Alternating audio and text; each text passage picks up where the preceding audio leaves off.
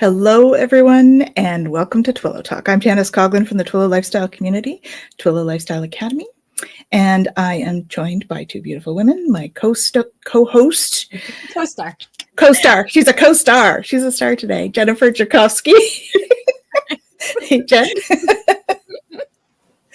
And we have an amazing guest for you today, Lita Mae Button. So welcome, Lita. It's such an honor that you came on. We appreciate that. Thank you for having me. It's our pleasure.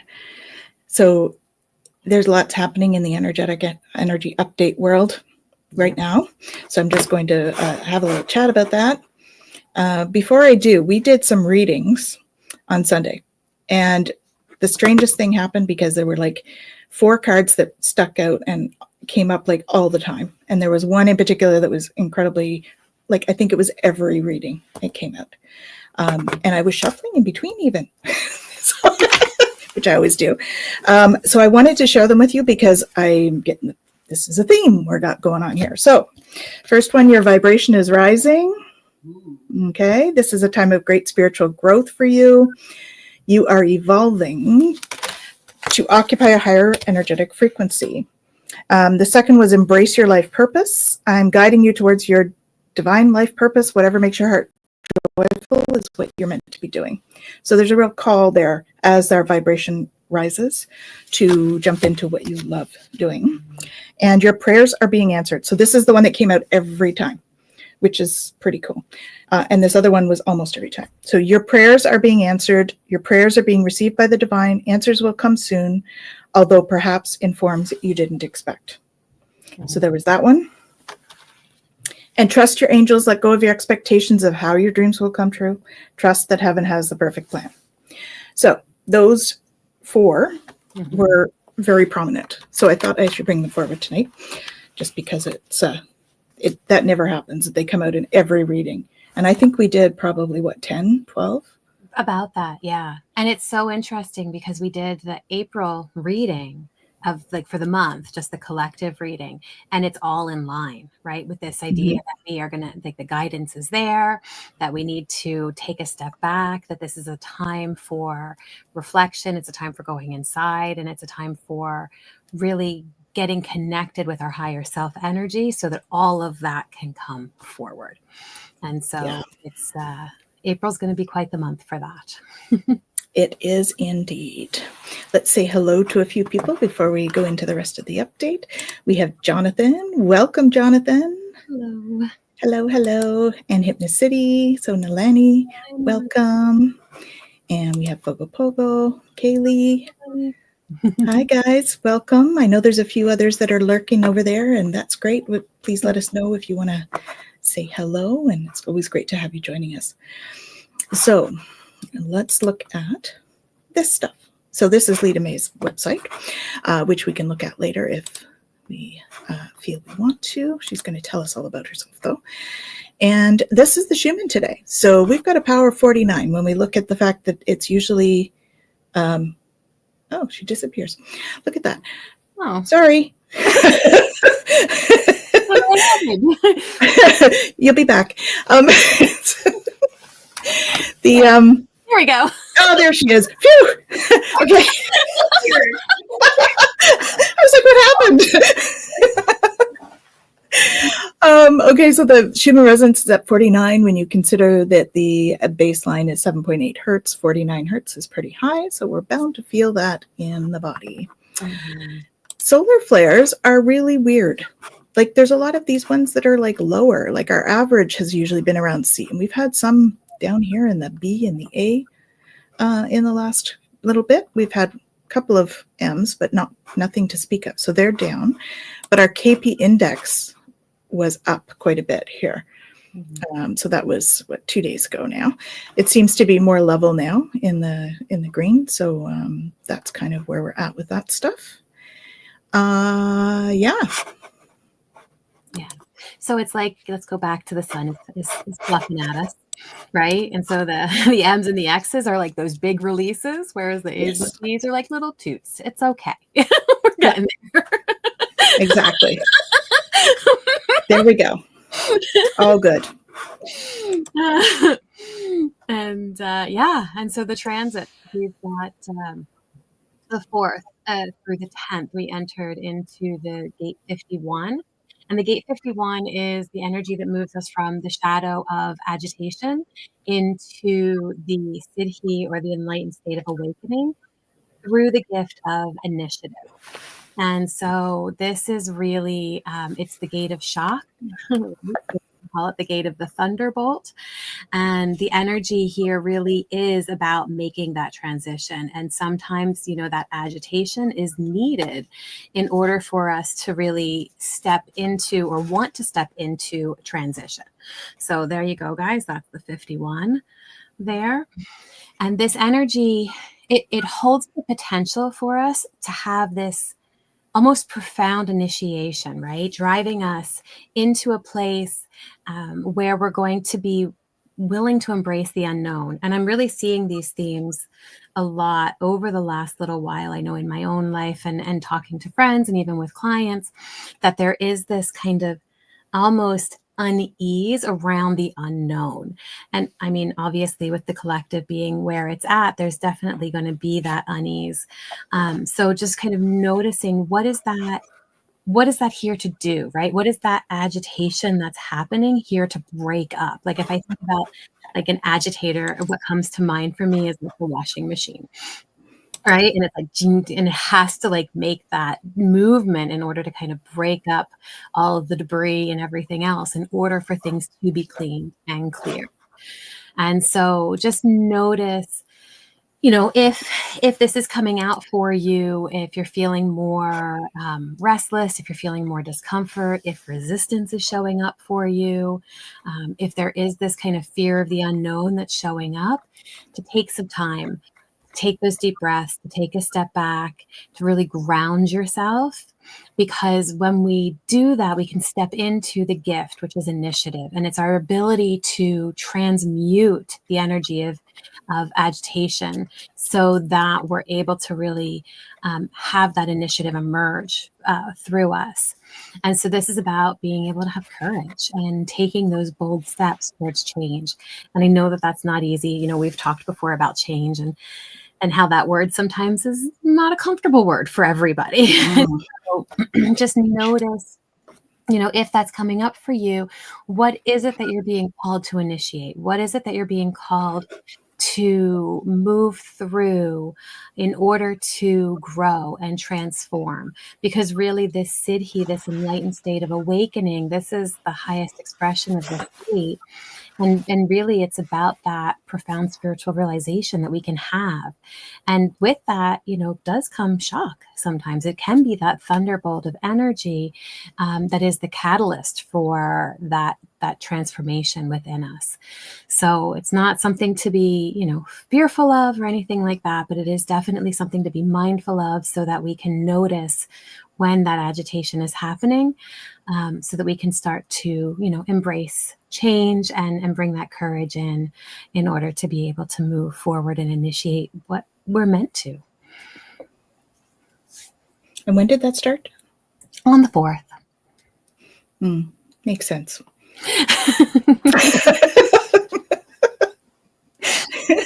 I know you guys are all feeling it. Yeah. Me too. Mm-hmm. Awesome. So let's delve in. Mm-hmm. I want to hear about Lita. Yes. So let me just introduce why you're here, because why you're going to be in Ottawa, right? Yes. Okay. So she's coming to Ottawa to do the Fearless Women's Summit. And I'm going to put this on stage again there. So she is going to be speaking at the Fearless Women's Summit in Ottawa this Saturday. And I believe all three of us have been nominated for awards. And so it's exciting. We're looking forward to going to the event as well and listening to her speech about the dildo dilemma, humor in the face of trauma. So, let's talk about that. A beautiful catalyst for healing. It is. Yes, yes. Thank you, Tanys. It's humor. Where do I begin? Like, there's a lot to kind of unpack. So, first, I'll say what the dildo dilemma, humor in the face of trauma, is a movement that I started a couple months ago, because I learned about 6 to 8 months ago that the statistic with violence against women in Newfoundland is 1 in 2 women, once they're over the age of 15, will experience a form of stalking or violence in their lifetime, which is a little bit higher in comparison to the rest of North America's statistic. So having experienced things like this in my lifetime, which I'll talk about, it's part of my speech, dildo dilemma, humor in the face of trauma, I wanted to step more into a role in terms of creating a space for awareness and action taking and advocacy for women here in Newfoundland, but not just in Newfoundland, because it's a worldwide pandemic for us, and it hasn't gone away. No. And the numbers have never decreased, So, but how do you bring light to a topic that's often heavy, right? Yes. And we don't. As you know, with energy and that shame, guilt, these are not energy frequencies that help us heal. But using humor as a sense of awareness and advocacy is a great way to broach that subject to help that. So I take some different stories, both some stories with my own life and experiences and the culture in that here in Newfoundland, and kind of tie it all together. So. Awesome. Yeah. So yes, it is a heavy topic for sure. And Jonathan's like, that's a horrific statistic. Yeah. It is. Yeah. And then thanks, Jonathan. And I'm just so fascinated with what's going on here, because I'm not used to this interactive platform. So I'm like, and there's people right there. Usually I'm so confused in terms of That's the beauty of it. And we get to, that's part of the community, right? And we would be doing this without them. So yeah, exactly. We're just honored every week they come and show up and enjoy. We enjoy having them join our conversation. And there's from Kaylee as well. Oh, thank you. Thank you. So you're from Newfoundland. I am not originally from Newfoundland, but my roots with my father's side of the family is from Newfoundland. I was in Toronto, Ontario for 12 years full time, and I grew up in the Kawarthas. That's my childhood. So as a country girl. So I'm familiar with Ottawa and the Ottawa area, and I had my professional boxing debut in 2014 in Gatineau, Quebec. So not too far. Oh. So, Yep, it's close to Jen. Yeah. Well, and me. I mean, it's only across the bridge, but like a world away. We won't go there today. That's a whole other conversation. But yes, of course. So that's wonderful. So tell us about that, your boxing. Yeah. So like I said, a number of years ago now, I had experienced a form of stalking from my son's father, and I gave birth to my son, and I got sole custody with him. And then within less than a year, he was diagnosed with a rare and at times a life-threatening blood disorder. Mm-hmm. And as moms know, it's okay. That's why I started boxing. As moms, he's a fighter. I had a lot of emotional baggage that came with that, and I was coping in an unhealthy manner. And I had an altercation that happened one night when I was out, and before my son was born, I'd taken some athletic. I did some kickboxing in that, and I did a little bit of competition with the kickboxing. But because I was in an inebriated state when I was out one night and not dealing with my emotions, in the last few months with everything. There was an altercation that happened with a few girls, and it didn't go so well for them. It's not something I'm proud of. Yeah, but it was one of those pivotal moments when, in the next few days, what am I doing? Like, I'm the only parent for this kid. Like, if something happens and, I get in trouble with the law, like, there's no one else that's really responsible. Like, I'm responsible for this human being, so I did a 180 and began training in boxing that shortly after, and it switched something inside of me. Like, I did kickboxing and I did high level competitive swimming and sports and athlete, but the mental acuity that goes into boxing, because there's no other parts of your body that you're dealing with, like, you have to know your body in time and space. You're not using your legs, like in Muay Thai, and that you call it 8-limb sport. But in boxing, it's just like learning how to just ground yourself and be able to react. You have a focus, you have a determination, you have an ability to really cut out that noise of what's happening in terms of insecurities, because you're facing that fear again and again and again in there. And so it just turned into a complete obsession. Because there was no other male role model in my son's life. Like, my father's there, but he wasn't there full time, and I wanted him to be surrounded by male figures that were doing positive things in their life and showing him that strength. But most importantly, by me role modeling first and foremost, that if you can do anything you set your mind to. So 45 amateur boxing matches later, I won the 2013 light welterweight Golden Glove champion, and then had professional fights, and then it would just turn into something completely else. As boxing is, if those that are in the boxing community, we always say boxing saves lives, because most of us have experienced it ourselves, or we watched it, how it's helped other people. So that's what I'm really, really passionate about. And now my son's 22 and he's like doing his own thing and he's really well adjusted and all that. So my full focus now is on empowering women to step into their light and step into their power and learn their boundaries and, live their truth, whatever that may be, whether it's they're just doing it recreationally to really tune into their bodies, or they're take that next step competitively, whatever way it may be. There's so many lessons to be learned in that squared circle in the boxing ring. Mm-hmm. Amazing. So what if you don't like pain? That's the recreational part of it. So that is a common question that comes up. Well, if you're going to do things competitively, there's a certain amount of discomfort that is going to come. There's a certain amount of discomfort whenever you exercise anyways. After having lots of experience as a coach and lots of education, both in nursing and certifications, and I also coach Parkinson's, there's that level of discomfort when you're doing it recreationally that you want to a little bit.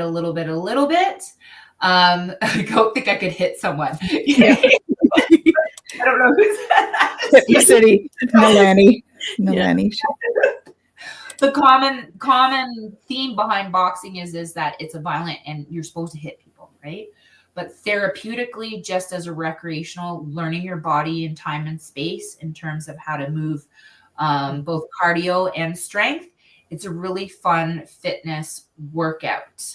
It's just I'm really advocating on technique first, so you don't injure yourself, and you learn your body from the ground up in terms of what you can do in time and space as an athlete without having to take on that level of actual competition. Because in reality in life, it's really us versus us each and every day. And that's what the analogies behind boxing help you uncover for people. So you don't have to hit anyone. We're good, Elena. Yeah. You do it recreationally. Oh. I do that for my Parkinson's clients all the time, every day. They're competing against their opponent is Parkinson's. With us, in terms of like what we're stepping into each and every day, our opponent is us. How do we grow? How do we become better? How do women as ourselves step into our power more and more each and every day? Mhm. Yeah. And I think that's a beautiful piece in terms of that That's awesome. to our power because, well, and I haven't done boxing, but I did kickboxing, right? And again, not having to hit the other person, we had lots of pads and things that we would hit instead. And, but it was that piece of being able to really connect and connect with flow, right? We talk so much energetically about flow and the way that, we want to get into flow with life. We want to allow the universe to guide us and all of that. And I think that there's something very fluid about the way that you move when you're doing, martial arts or kickboxing, or I'm assuming with boxing as well, where you kind of get into a flow of movement and are able to kind of connect with the body in that way. Yes. And I think with flow itself, it comes first with that focus though, right? And in this day and age where our focus is so more and more shorter and shorter and shorter and shorter and ding and dong. Yeah. I think I know those two, ding and dong.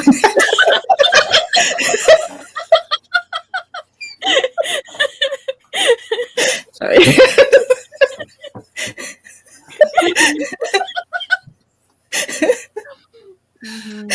Well, we create that focus space and we build on it a little bit and a little bit and a little bit. We are creating those new neural pathways to create that space for being able to flow and meditate, like kickboxing, martial arts, boxing, jujitsu, judo, all of that. All of everybody who's whatever level they're at will tell you that you get to a point where you're in a flow because you're completely immersed in learning. And you're not trying to put the pieces together anymore with learning. In the first little bit, it is always a lot. You're creating new pathways, new ways of learning for your muscles and your brain, right?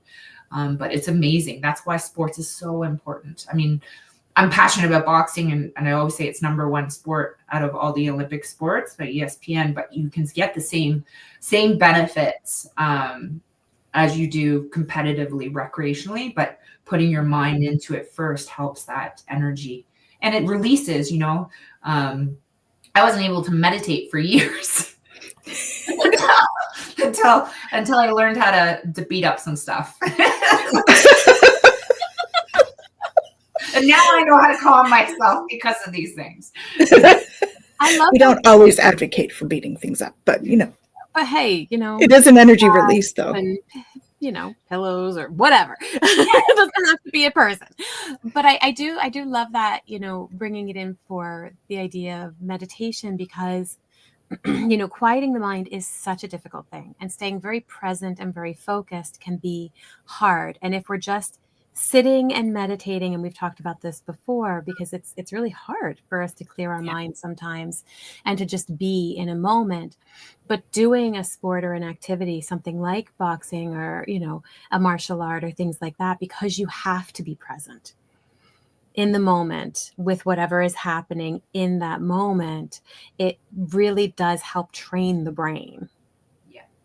Right? So it makes sense that would then lead to a better ability for meditation and clearing the mind. And and I believe energy clearing too, right? Like you're releasing all the negativity that comes out with it in a more productive manner. Like for myself, in my own story, that was the main reason I started. It's like I have so much bottled up in me, like I have to channel this into something constructive, or be deconstructive and internally or externally, and not in a positive way. And that's no way I wanted to role model for my son.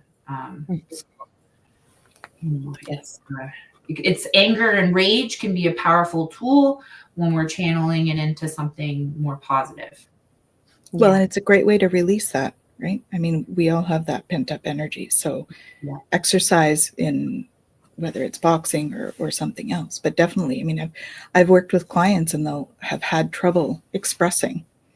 And I've had them like punch on a pillow, just to express it because they weren't able to get it out. And that really helps to soften it so that they can start to release a little bit more in other ways. So, and Jonathan. It's true. I meditate the best when I'm walking, weightlifting, or doing cardio. I've been hooked on the gym lately, going 6 days a week and walking 4 miles a day. Wow! Hey, Jonathan. Woohoo! Look at you go. It's awesome. Amazing. So good. Yeah, but I think that, things like anger and frustration and stuff like that, because, again, the mind has this tendency of labeling certain emotions as good and certain emotions as bad. And yet all of our emotions are there for a purpose. And to be able to have a healthy mechanism to channel those emotions is such an important part of our journeys, because we're not meant to never feel them. We're supposed to be feeling them at different times. But what we do with that is so important. You want to laugh because you're bringing up, you want to bring up Kaylee's comment there. Sometimes we don't even want to hurt the pillow. Empath problems.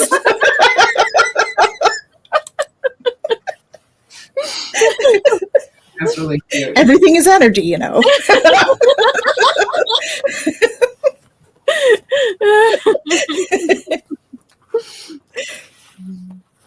Love it. I think in terms of it's not just about channeling the energy though as well. Like when you're working in like with partners, you're learning a new form of communication and interaction and boundary setting. Whether it's actually for contact or whether it's just for working with one another in terms of doing different drills. Because I always joke around when I'm doing these boxing seminars. I'm like, I'm going to teach you relationship communication right now. Bet you never thought you would learn that in a boxing class. Now, communicating where you are in time and space with one another and how you're doing something and how that, like how your technique and how the message is received by your partner, and staying focused and honoring each other's space and communication with your body movements and verbal communication and back and forth. And so these are a lot of transferable skills in everyday life that we don't always get in this day and age, I think, because we're very technology based. And I hear more and more and see different threads of conversations with parents and that kids are more and more disconnected. So whether you're a woman wanting to take boxing or you have your kids and you want to do it with your daughter, there's so many life skills that are actually built into it, not just self-defense skills. Mm-hmm. That's awesome. And I love the idea of the boundary setting, because again, talking about this energy work and empaths and stuff like that, we need to know how to set boundaries and to be able to communicate those boundaries in good and healthy ways in order to have it honored. So not just speak to the hand, back up. That's not what you mean, right? Speak to the hand.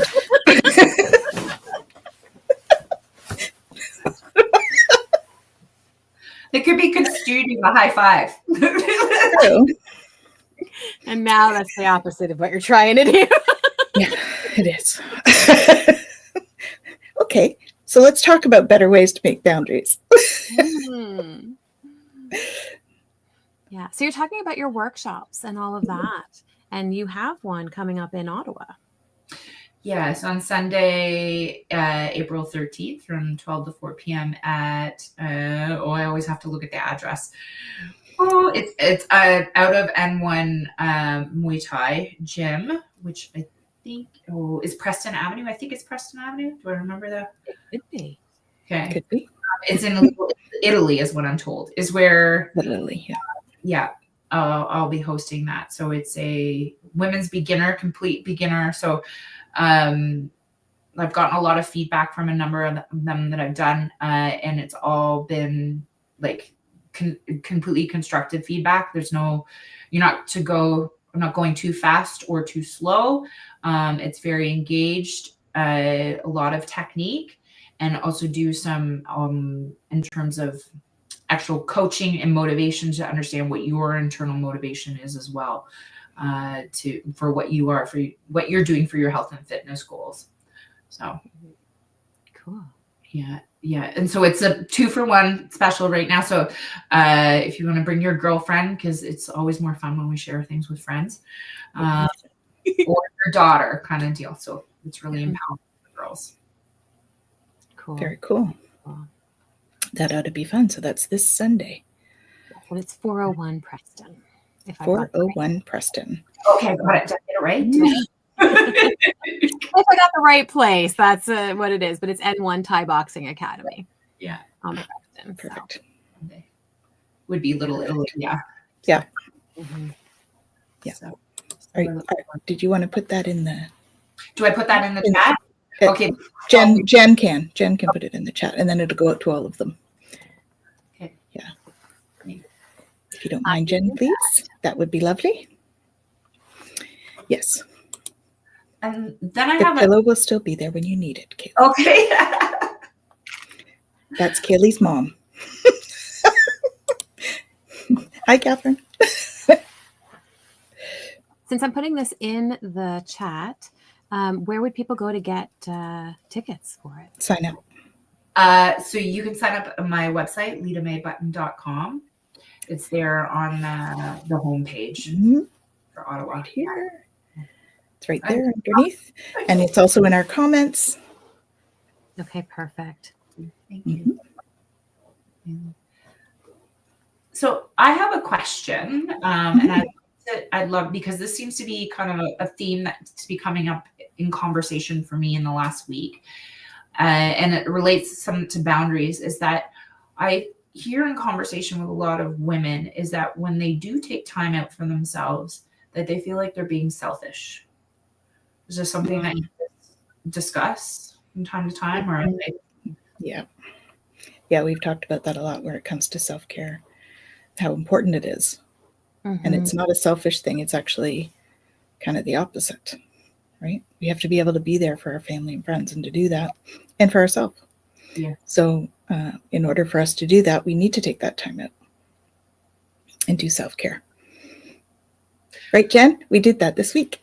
Most definitely. Most definitely. We went to the spa. Which spa? My girlfriend says there's one there. She wants to go, and I'm like, I don't know if I have the time. I would like to, but we went to Coena. Coena. Okay. Yeah. So it's one of the hot cold plunge, like spa Nordique style ones. Yeah. I do. Cold plunges here in Newfoundland in the streams and rivers and ponds that we have. So beautiful. The ocean. Yeah. I'm there for the hot plunge, not the cold. I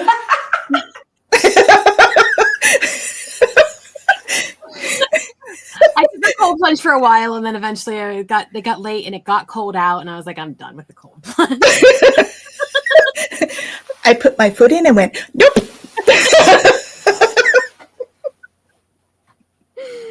I did, however, take a cold shower to cool down. There you go. Amazing. But yeah, I think you bring up such an important point that we don't always take the time to do things for ourselves, and sometimes doing activities that we're told are not necessary, or there's better ways to use that time. And it's such an important piece to be able to allow ourselves to say, no, I want to do this, and I want to do this for me, and I'm going to. Yeah. I guess I was just curious in terms of the language for the like that comes up for a lot of women is, why is it that there's that connotation that it's selfish to take time for yourself? I'm like, where does that come from? So I'm always just curious in terms of like the breadcrumbs, in terms of the connecting, and where this programming, and because with that comes senses like lower frequency energy, shame and guilt, and that which it doesn't help on your healing journey in terms of looking after yourself. So I'm just curious. I just thought I'd bring it up. So who in the audience has had those thoughts that this is selfish for me to go and take care of myself? Yeah. Oh, a little spoiler alert too, since we're talking about Coena. I think we'll be having some special guests from Coena later this month. Oh yeah. We are having off-gas. That. We're having off-gas masters, ceremony masters. anyway, just a little aside. But yeah, to your question, I think that we get conditioned from a very, very young age, and it's, not just women, but women for sure, that we need to be what other people want us to be. Mm. And that we need to show up in ways that other people want us to show up. And that we end up having, this idea that we have to perform in a certain way, or, even look a certain way, be, all of these things in order to be loved and accepted and valued. And so, if we take away from doing for others all of the time, we get shamed and we get guilted, and we have, this running narrative that we're not good enough if we're not doing enough for everyone else. Yeah. Yeah. I think. But it comes down to it. I mean, you said it, Lita, you're doing self-care and stuff for your son, for you, right? For all of that. Because we can't take care of others if we're not taking care of ourselves. Yeah. We've got lots of comments coming in here now. Okay.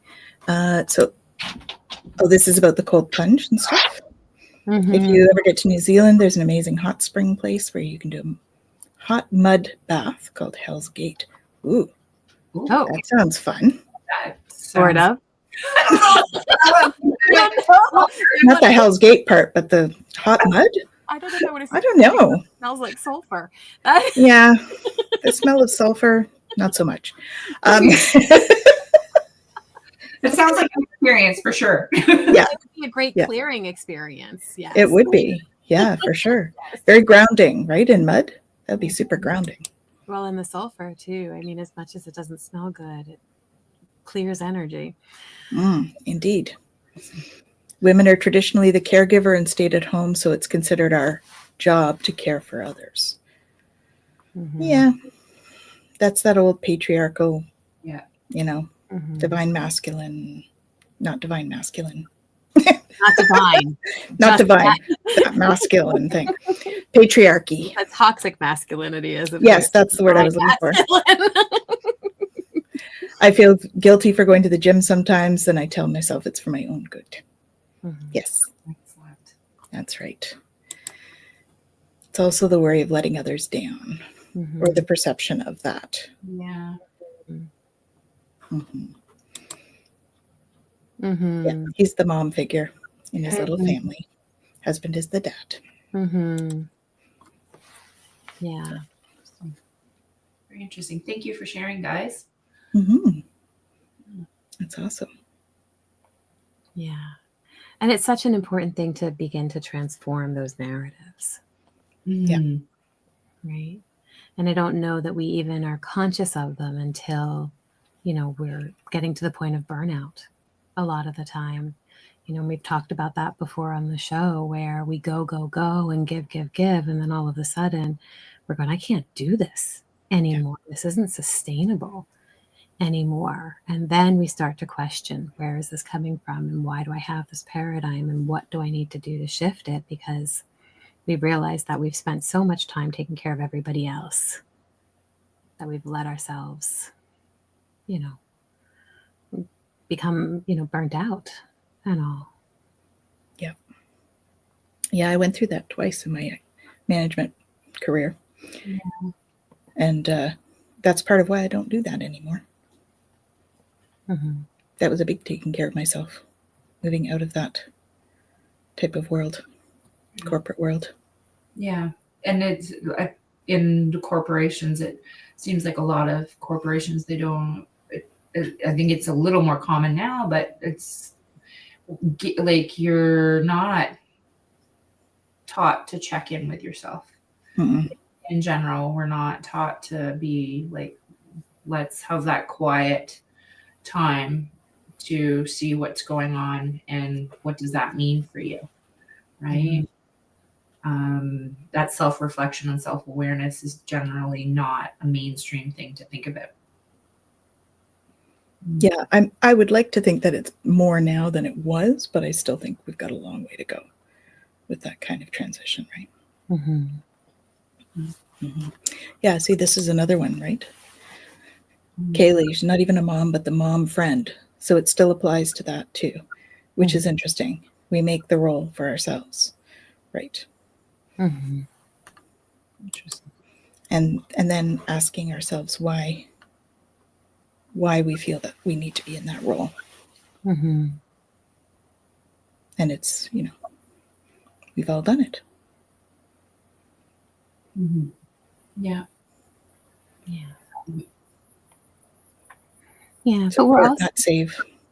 I mean, we're communal beings. We don't, as much as I am an introvert as introverts come. I like my alone time. That I being know it's hard to believe that, when she's on here. That being said, we all need community. We all need to have connection. And, from a very, very young age, and probably even in the womb, we start to learn, right? Just even through our mom and whatever it is that she's going through, because that all comes to us too, that, there's rules in this world about being loved and being accepted and being a part of.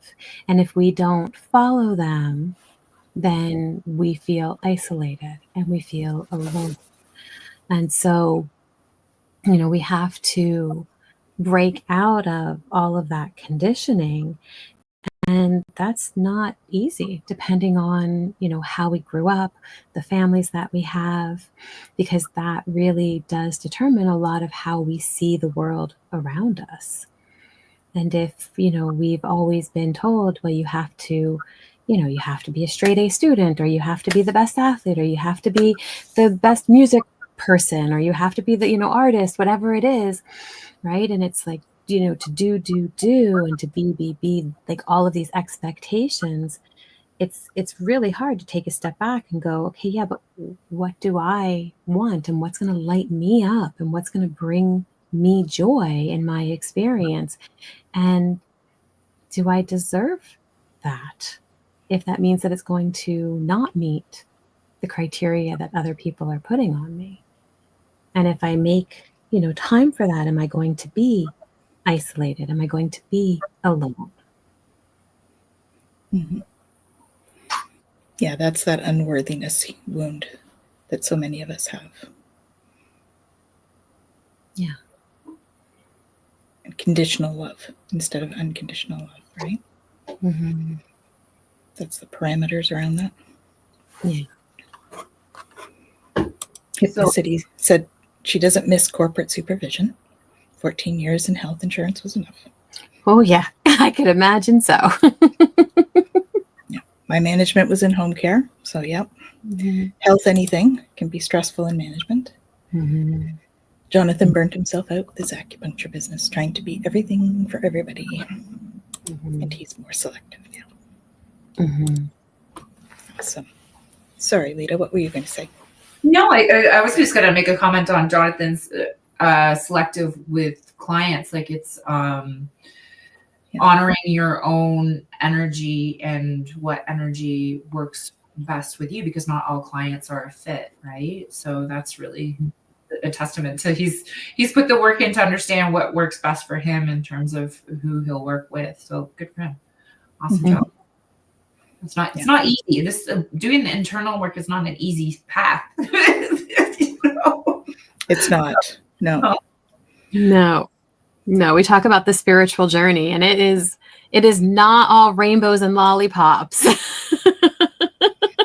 It's like know yourself deep, good and bad and ugly. I know there's no, emotions are not good or bad, but in layman's terms, yeah. But in terms of understanding what can light you up and joy, sometimes when my clients are kind of feeling stuck, I said, well, and there's not like one particular reason for it. I said, well, make a list of everything that makes you happy, or make a list of everything that you feel that you've accomplished up to this point, X, Y, and Z. And then hold on to that feeling from there and let me know how you feel. And then we take that next step, because we're very conditioned to have like not such positive feelings. It's not natural for us to bring it out. Especially if people are paying attention to the news and everything that's going on, and that's our own internal compass, so. Mm-hmm. Yeah, I started doing that with my clients early in my practice, having them do, 3 things they're grateful for every day, but also 3 things they're proud of themselves for every day, Mm-hmm.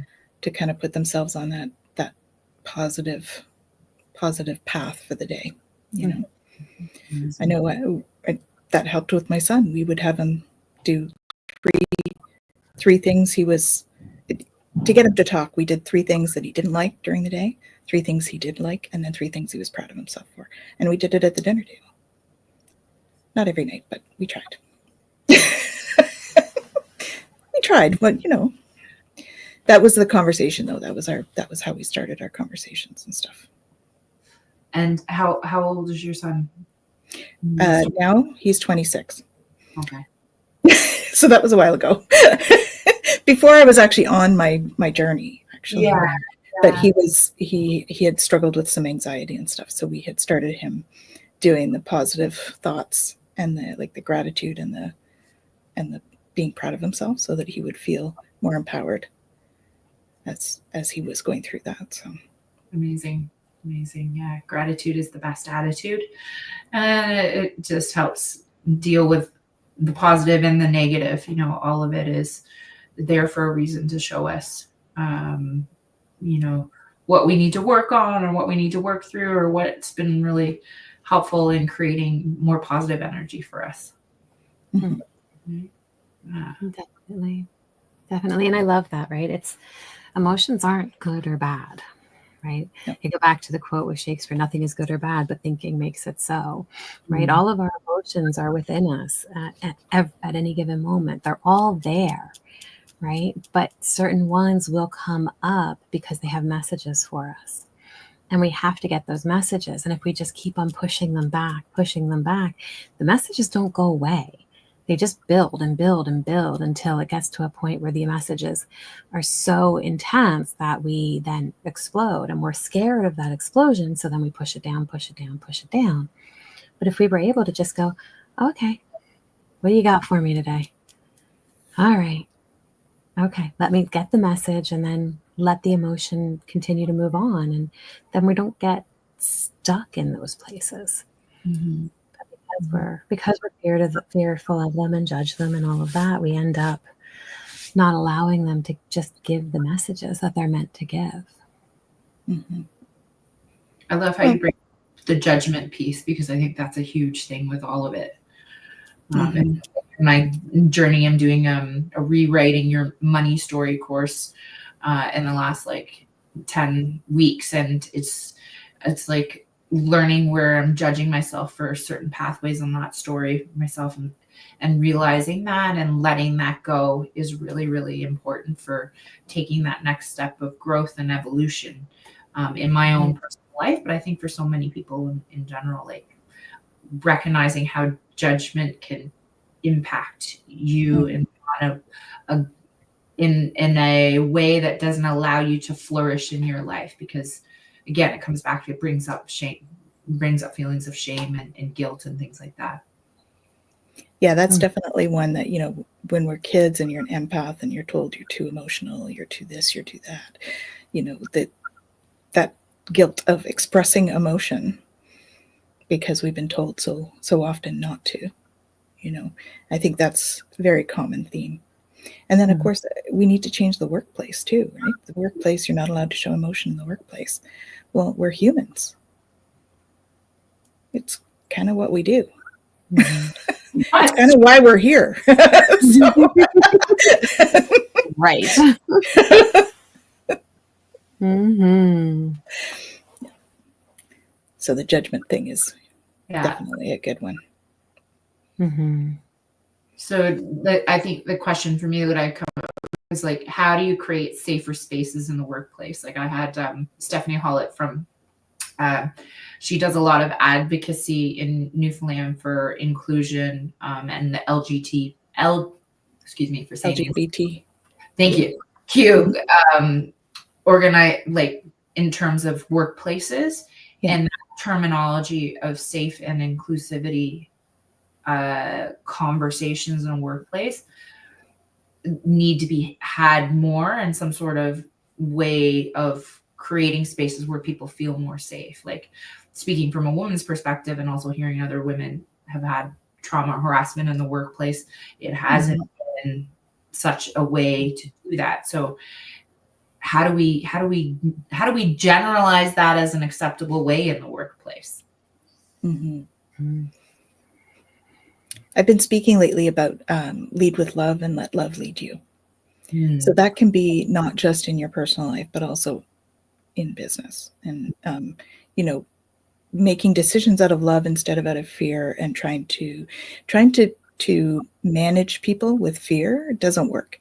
It just creates a toxic environment and all of that. So when we start to think about how we can lead and manage people by tapping into what they love, right, you're going to get a lot better results. And that's across the board. People in general will react better. And when you start to make those kinds of changes in the workplace, then it starts to be a safer, inclusive workplace when people are feeling, included and loved and all of that. I mean, typically we don't talk about love in the workplace. Like, it's not professional. You know what I mean? But That's harassment. Okay. So it depends what you mean by that, though, right? It depends what you mean by love, though, right? So are we making decisions as decision makers? Are we making those decisions out of love for the people around us? Or are we making them out of fear for consequences? That's basically what I mean, right? So we're making them because we care about the people around us, and we are community members, and that's how we need to show up in the world? Or are we making them because we're in fear, because the higher ups have put fear into us, and then we are having to make decisions out of fear in order to meet performance standards and stuff, right? Yeah. Sorry, my HR hat just came on. It's just a hard thing because, we would need the entire population, whether it's an office or the collective, to actually operate from a completely different standpoint if we really are going to come from that place of love. And it's not to say that it's not possible, but how do we actually bring that change about so that people want to operate from a place of love?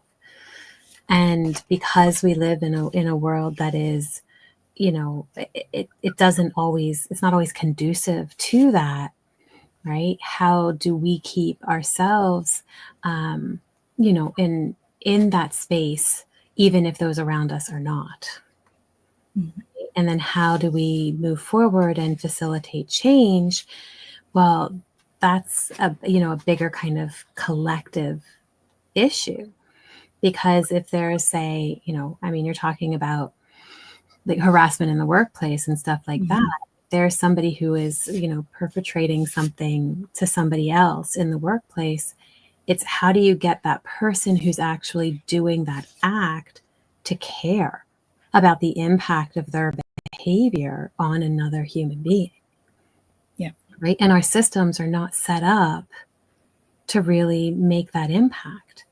Right. I did, I feel like it was another lifetime ago, but I did a course for an online university. I did the course map for it on restorative justice, right? And the difference between restorative justice and the justice system that we have today. And that whole concept of really helping somebody understand the consequence of a behavior and helping them to see that impact and actually care about the impact that they're having. Right. And it's very much in line with lead with love and let love lead you. But in a very practical, like, this is something that we have to do, is we have to, it doesn't start with all of the people advocating for it, because all of the people advocating for it already want it. It's about getting the people who are not on board. How do we get them on board so that things really shift? And that is the main question. And that's why I've started my trauma. We've come full circle, which is good because apparently it's the 5-ish warning. 5-minute-ish warning. Yes. Yeah. Kaylee also says she's very lucky. She has a small office with 12 people. Her boss will check in every day and ask how each of them are doing. I'm always open and honest with him, and I think he appreciates that. See, that's leading with love right there. That's what I mean when I say leading with love. Check in on your people. How are they doing? Yeah. You know, care about how they are and what's going on in their life and how can you support them. That's important. You know, do those rounds. It makes a difference. I've seen it make a difference. I've done it. Yeah. In toxic workplaces, and you can turn it around by doing something as simple as that. Caring about your people. Love it. So we got the 5-minute warning. We did. So we always send people with home play. Something to focus on for the week. And as I was shuffling, this beautiful card fell out. Speak your truth. Ooh. Which is so fitting for our conversation today. So I will read this to you. Speak your truth. Have you been deceiving yourself or others? Have you been withholding your truth by keeping silent? It is time to speak up. It is not your loved one's responsibility to read your mind. It is impossible to fully understand the depths of another. It is up to you to enlighten others about your deep sacred self. Your truth, spoken with compassion and humility, is the greatest gift you can give someone. Do you know what your truth is? If not, it is time to find out. Go into the deep womb of the sacred feminine and summon your deep knowing.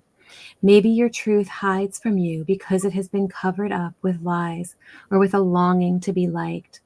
Practice saying little truths throughout your day and give yourself loving approval for your honesty. If you are afraid of being rejected, this could mean your emotional body needs nurturing. By honoring your feelings, you invite that vulnerable, sacred feminine part of yourself to strengthen and grow. Your mind strengthens by finding less and less need to lie and seek approval elsewhere. The truth you hold, grandchild, is of great importance to the world. Speak up. Beautiful. And covered so many of the topics that we talked about today, as they usually do. Awesome. So, Jen, what are you doing this week? Oh, Anything wow. you want to bring forward this week? That's a great question, Tanys. I always should look at my schedule before you ask me that question.